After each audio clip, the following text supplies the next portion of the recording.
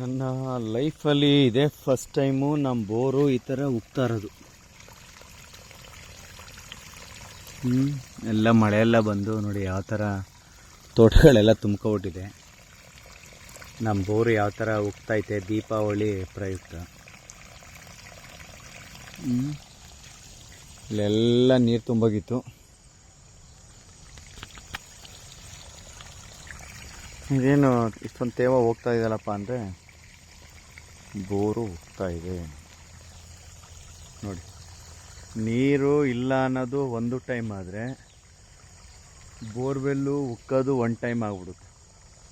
ಇವಾಗೆಲ್ಲ ನಮ್ಮ ರೈತರಿಗೆ ಖುಷಿನೂ ಒಂದು ಬೇಜಾರು.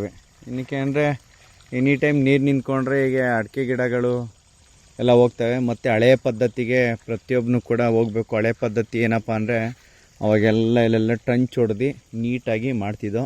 ಅವಾಗ ನೀರೆಲ್ಲ ಸಲೀಸಾಗಿ ಡೌನ್ ಕಡೆ ಹೋಗ್ತಿತ್ತು. ಇವಾಗೆಲ್ಲ ಈ ಟ್ಯಾಕ್ಟ್ರುಗಳಲ್ಲಿ ರೋಟ್ರಿ ಓಡ್ಸೋಕ್ಕೆ ಸಲುವಾಗಿ ಟ್ರಂಚ್ಗಳು ಹೊಡ್ಸಿಲ್ಲ. ಈ ಸಲ ನಾವೊಂದು 2 ಟ್ರಂಚ್ ಕೊಟ್ಟಿರೋದಕ್ಕೆ ಈ ಥರ ಆಗಿದೆ. ನಿಮ್ಮ ತೋಟಗಳಲ್ಲಿ ದಯವಿಟ್ಟು ಹೇಳ್ತಾ ಇದ್ದೀನಿ, ಮುಂದಿನ ಯಾವಾಗ ಈ ನೀರು ಇದು ಮಳೆ ಎಲ್ಲ ಕಮ್ಮಿ ಆದ ತಕ್ಷಣ, ತೇವಾಂಶ ಎಲ್ಲ ಕಮ್ಮಿ ಆದ ತಕ್ಷಣ ಪ್ರತಿಯೊಬ್ಬರು ಮಾಡಬೇಕಾಗಿದ್ದು ಒಂದೇ ಒಂದಿದು. ಖರ್ಚಾಗುತ್ತೆ ಇಲ್ಲ ಅಂತಲ್ಲ. ಈಗೆಲ್ಲ ಮಿನಿ JCPಗಳು, ಮಿನಿ ಇಟಾಚಿ ಅಂತ ಹಂಗೆಲ್ಲ ಬಂದಿವೆ. ಅವೆಲ್ಲ 5 ಅಡಿಲೆಲ್ಲ ಹೋಗ್ತವೆ. ನಿಮ್ಮ ತೋಟದಲ್ಲಿ ಹಳೆ ಪದ್ಧತಿಗಳೇನಿದೋ ಟ್ರಂಚ್ಗಳು ಅಂದರೆ ಕಾಲುವೆಗಳನ್ನ ಹೊಡೆದು ಬಿಟ್ಕೊಂಡು ಆ ನೀರು ಹಿಂಗಿ ಅದು ಡೈರೆಕ್ಟಾಗಿ ಮತ್ತೆ ಹಳ್ಳಕ್ಕೆ ಸೇರೋ ಅಂಥದ್ದು ಆ ಪದ್ಧತಿನ ಮಾಡ್ಕೊಳ್ಳಿಲ್ಲ ಅಂದರೆ ಯಾವುದೇ ಕಾರಣಕ್ಕೂ ನೀವು ತೋಟಗಳನ್ನ ಈ ಥರ ಉಳಿಸ್ಕೊಳ್ಳೋದಕ್ಕಾಗಲ್ಲ. ನನಗೆ ಆಶ್ಚರ್ಯ ಆಗೋಯ್ತು. ನೀರು ಹೆಂಗೆ ಉಕ್ಕಿ ಹರಿತಿದೆ ನೋಡಿ.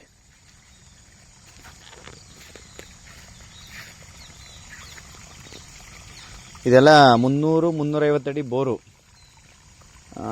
ಮಳೆ ಆ ಥರ ಆಗಿದೆ. ಆಮೇಲೆ ನಮ್ಮ ಭಾಗದಲ್ಲಿ ಏತ ನೀರಾವರಿ ಆಗಿರೋದ್ರಿಂದ ತುಂಬ ಚೆನ್ನಾಗಿ ಈ ಸಲ ಏತ ನೀರಾವರಿ ಒಳ್ಳೆ ಅನುಕೂಲ ಮಾಡಿಕೊಟ್ಟಿದೆ.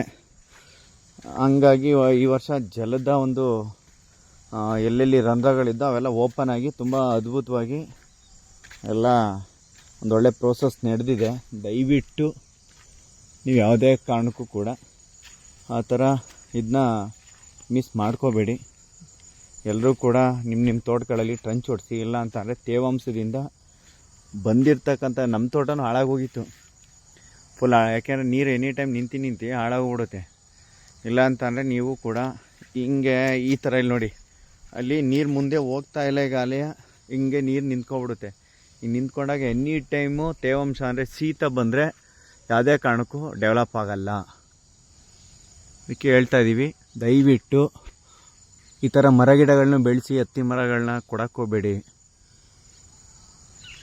ಪ್ರತಿಯೊಬ್ಬರು ಕೂಡ ನಿಮ್ಮ ತೋಟದಲ್ಲಿ ಒಂದೊಂದು ವರ್ಷಕ್ಕೆ 10 ಮರಗಳನ್ನ ನೆಟ್ಕೊಂಡು ಬನ್ನಿ. ಆಲ್ಮೋಸ್ಟು ಟೆಂಪ್ರೇಚರ್ ಆಗ್ಬೋದು, ಈ ಥರ ಮಳೆ ಬಂದರೆ ತುಂಬ ಅದ್ಭುತವಾಗಿ ಒಂದೊಳ್ಳೆ ವಾತಾವರಣನ ಕ್ರಿಯೇಟ್ ಮಾಡ್ಕೋಬೋದು. ಆಮೇಲೆ ಇಂಗಿಸ್ಕೋಬೋದು ನೀರನ್ನ ಸಸಿಗಳು ನೆಟ್ಟರೆ. ನೀನೆಲ್ಲಿ ನೆಟ್ಟಿದೆಯಪ್ಪ ಅಂತ ತೋರಿಸೋದಕ್ಕೆ ಸುಮಾರು ಗಿಡಗಳಿವೆ. ಸಿಲ್ವರ್ ಇದೆ, ಪಪ್ಪಾಯ ಇದೆ. ಆ ಕಡೆ ನಾನು ಒಂದು ಎಕ್ಕಡದ ಗಿಡ ಅಂತೀವಿ, ಅದನ್ನು ಕೂಡ ಇದು ಮಾಡಿಲ್ಲ.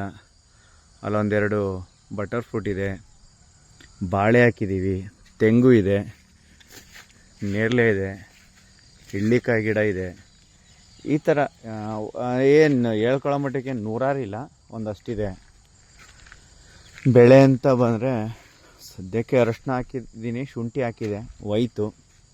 ನೋಡಿ ನಿಮ್ಮ ತೋಟದಲ್ಲಿ ನೀವು ಕೂಡ ಸಮಗ್ರ ಕೃಷಿನ ಮಾಡಿಕೊಂಡು ಒಂದು ಉತ್ತಮವಾದ ರೈತರಾಗಿ ಬಾಳಿ ಅಂತ ಕೇಳ್ಕೊತಾ ಇದ್ದೀನಿ. ಈ ಥರ ತೆಂಗಿನ ತೋಟನ ಒಂದು ಪ್ಲ್ಯಾನಾಗಿ ಮಾಡಿ, ಅತಿ ಹೆಚ್ಚಿನದಾಗಿ ಇದನ್ನು ಮಾಡಬೇಡಿ. ಅದ್ರ ಜೊತೆಗೆ ಅಡಿಕೆ ಮಾಡಿ, ಹಣ್ಣಿನ ಗಿಡಗಳು ನೆಡಿ.